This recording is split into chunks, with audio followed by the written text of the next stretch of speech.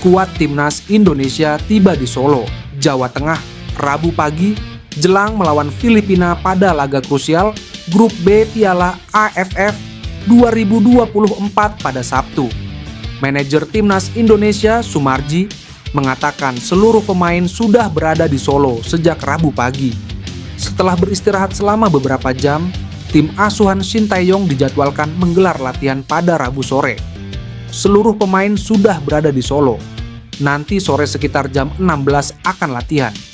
Begitu juga selama 2 hari ke depan sebelum pertandingan di hari Sabtu, kata Sumarji. Sumarji kemudian mengungkap kondisi para pemain timnas Indonesia jelang melawan Filipina. Pria yang juga menjabat sebagai ketua badan tim nasional itu mengatakan hanya Rivaldo Pakpahan yang mengalami cedera jelang lawan Filipina.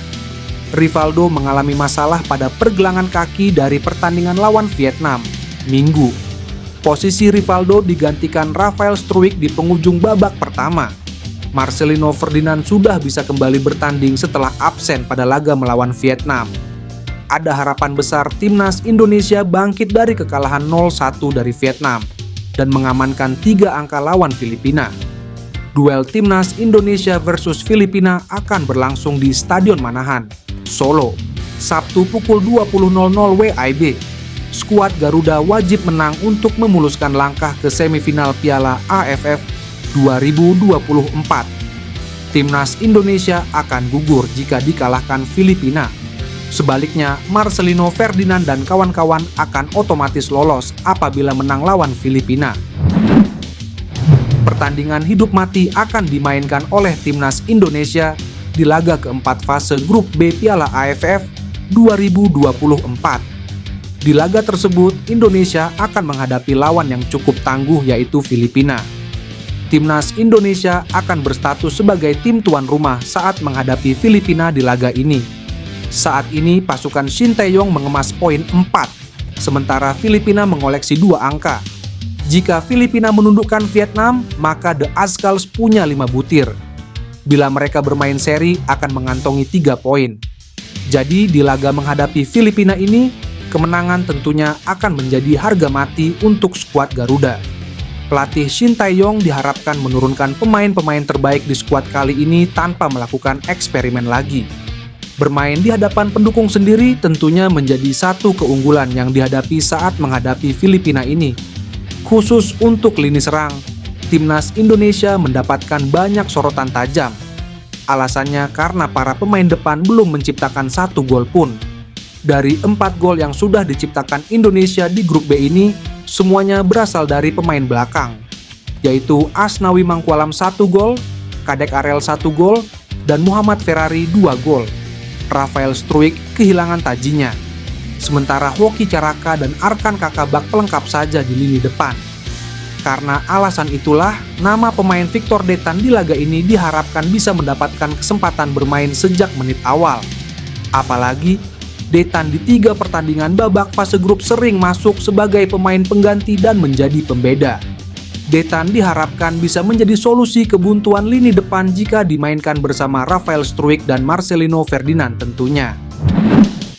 Anggota Exco PSSI Arya Sinulinga buka suara soal Jairo Ridwald yang diisukan segera memperkuat timnas Indonesia.